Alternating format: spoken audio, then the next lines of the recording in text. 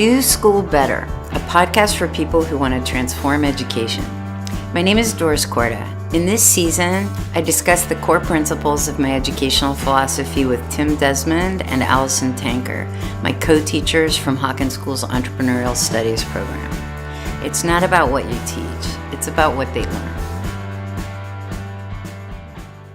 In this episode, Doris explains the process for building a program and how it can be grown in many different ways outside of a traditional classroom setting.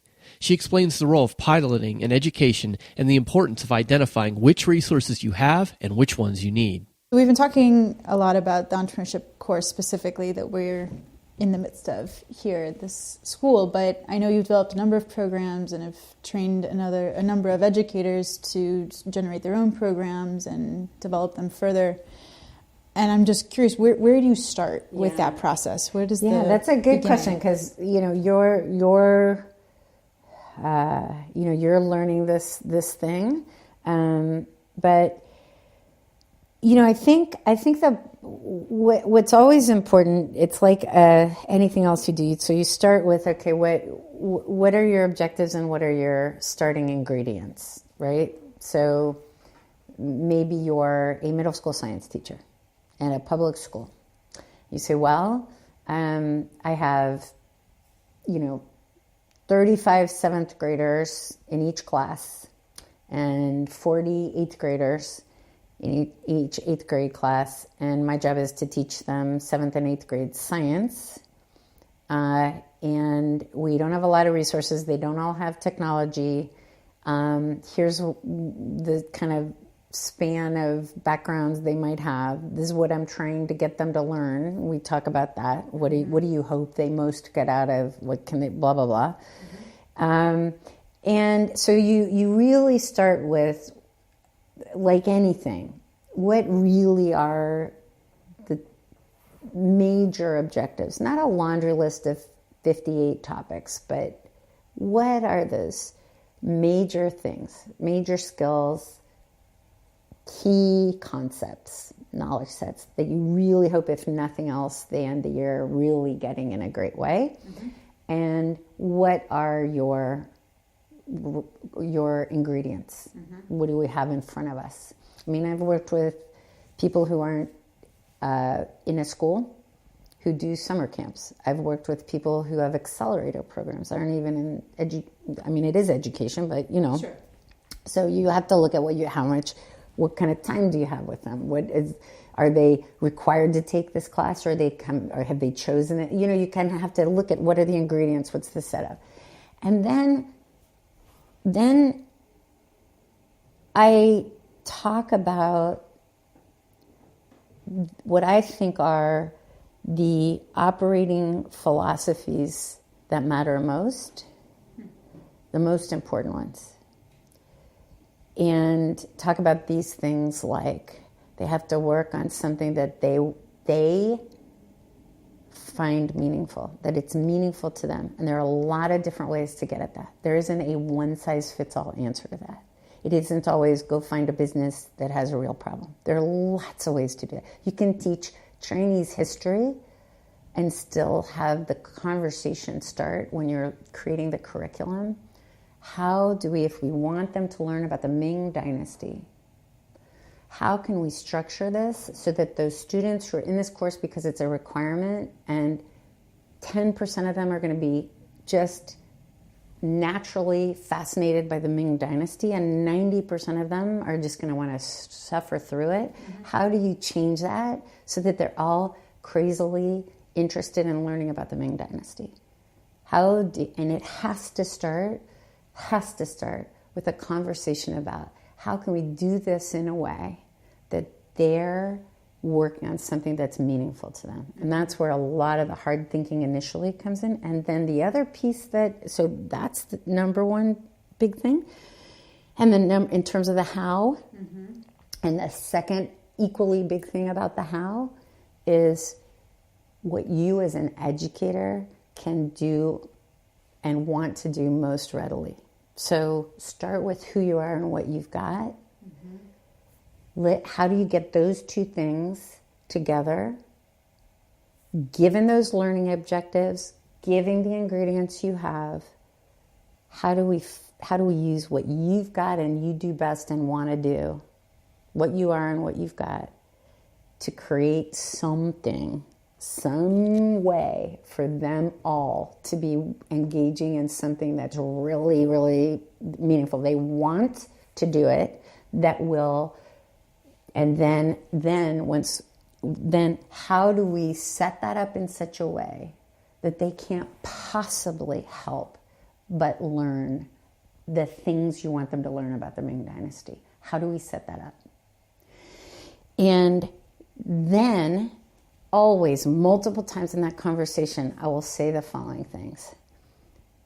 I'm the queen of piloting. Find a way, you've heard me, is there a way for you to try this in a low stakes, low profile kind of way? If you're already teaching a ninth grade history course or a ninth grade humanities course, instead of deciding, okay, I'm going to create a whole new course that's going to be completely like this next year, can we do that the year after and have you pilot something next year, like a 3-week China unit? Or if you're the 7th grade science teacher at the public school, can you do one unit in one of your classes, maybe just for the 7th graders or just for the 8th graders? Just one unit, low stakes, where you do it entirely differently like this. Let's just work on one little thing. Mm-hmm.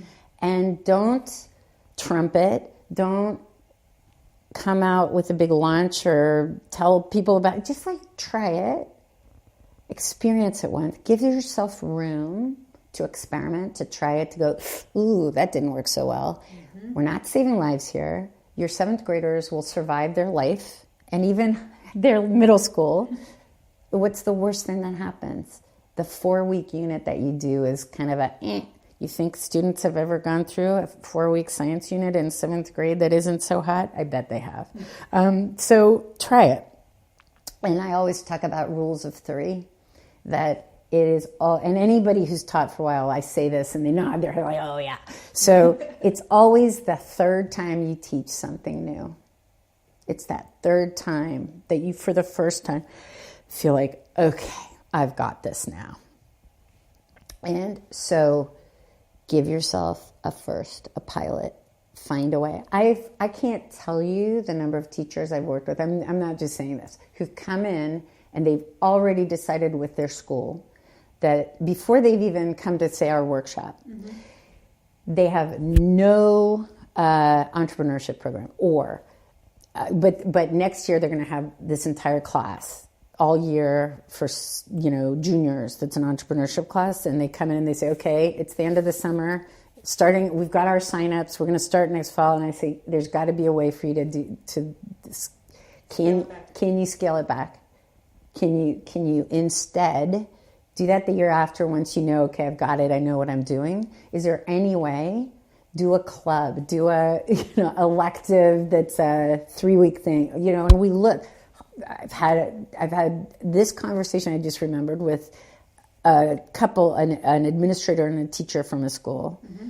who came in already having sold to their board this program. And actually we ended up changing it. So they went back and said they were told, I said, tell them, lie and tell them you met this woman who's an expert. Don't tell them my name because then they'll know I'm not. And she said, absolutely should not do that. And you have to do it the year out. You could use me however you want. And I said, okay, I asked a bunch of questions and where we came up with, I said, okay, that's it. Senior project.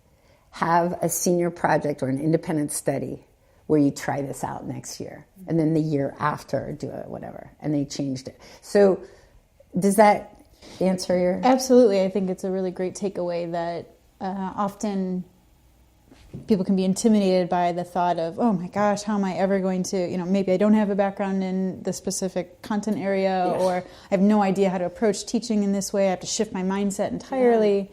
But to know that if you're going to launch anything, you have to start somewhere. Yeah. And that the sooner you start and have opportunity to fail a little bit, like we tell our students, iterate some more, figure out the sweet spots, so that once you grow it to a sizable course or program, whatever it ends up being, that it's built on some strength. Yeah, exactly. And also what's interesting is a lot, there are a lot of hows, there are a lot of specifics, try this, do this, here's the way we did this, here's some assignments, here's a workshop, there's all kinds of things, and depending on what you're teaching and how you're teaching and what kind of problem they're solving, there's a lot of different things to say.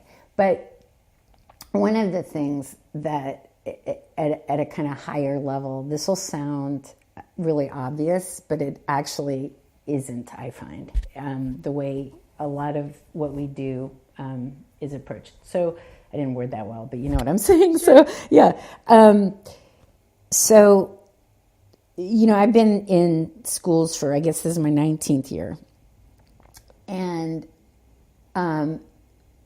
so much of our conversation as teachers is about, I'm going to teach this, or we're both teaching the same course. What are we going to teach? Which should we choose? Of all these different things, let's do this instead. Let's do that. Maybe we should take out this unit and instead do that unit. Whatever it is. And I remember seeing this really early, and then just seeing it over and over again. So, you know, a handful of teachers sitting in a room. A faculty lounge. Student walks in who's like a senior and asks something of one of the teachers. There's a little conversation, and in the conversation, the student says something like, "Oh, yeah, I've actually never heard of the French Revolution. We never learned that." I'm making this up, but you know, I've never heard it. We never learned the French. I was never taught that, and so that's why I don't know. And the teacher goes on. They have a conversation, and the student leaves, and then the rest of the teachers are, "Oh my gosh, that's crazy! That's crazy!" And then one of the teachers sitting there said, "That's not true." So I know what class that student took in junior year, and they actually did cover the French Revolution. That's not true, da-da-da. And so there's this whole discussion. Mm-hmm. And how many things these students, we spend all this energy at schools talking about the curriculum and what topics we cover and what we're testing them on and blah, blah, blah. And then we're shocked to find that actually crazy percentages of what we've covered never stuck. Okay, and so then, right? Yeah.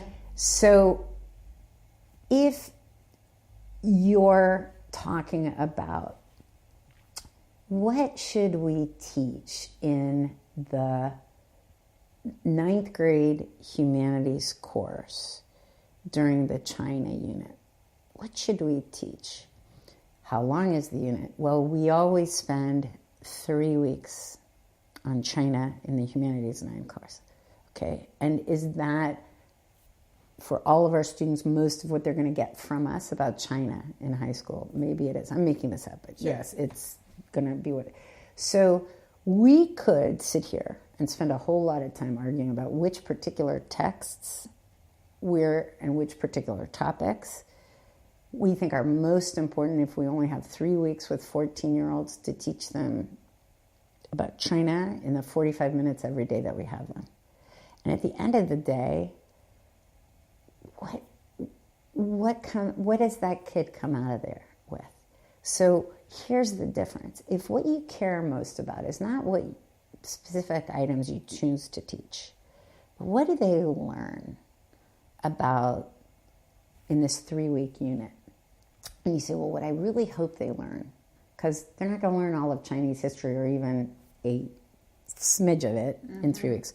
What I hope they learn coming out is they learn enough about China to have an appreciation for sort of the culture and the history and the orientation, and that they've actually discovered that it's interesting to them. If they do enough of that, and by the way, here are some basic things I think they need to know. I think they need to know this much about the Ming Dynasty, and they need to have familiarity with this and this and that. Okay, if you construct that 3 weeks with what I talked about earlier, what do I have bringing to the table as a teacher that I can really really sink my teeth into and do well? And how do I structure this 3-week unit so that they're working on something they themselves find really meaningful? Wow, you're going to be thrilled with what happens in only 3 weeks. In terms of that student's learning about Chinese history. And it's lasting, right? Hopefully so. I mean, you think about experiential learning and putting students in that process of problem solving, about things that are meaningful to them, putting it in a much different light. Absolutely. It shifts everything to the point that they come out stronger and more confident and well-knowing. Yeah. And the how you set it up when it comes, there's a zillion different ways to do it. We all want to find sort of the single formula the magic secret formula. It doesn't work like that, right? So this idea that there are absolutes and that it must be experiential and it must be this and it must have these attributes or it's not good. Skills matter, content doesn't. Never lecture. Never do it.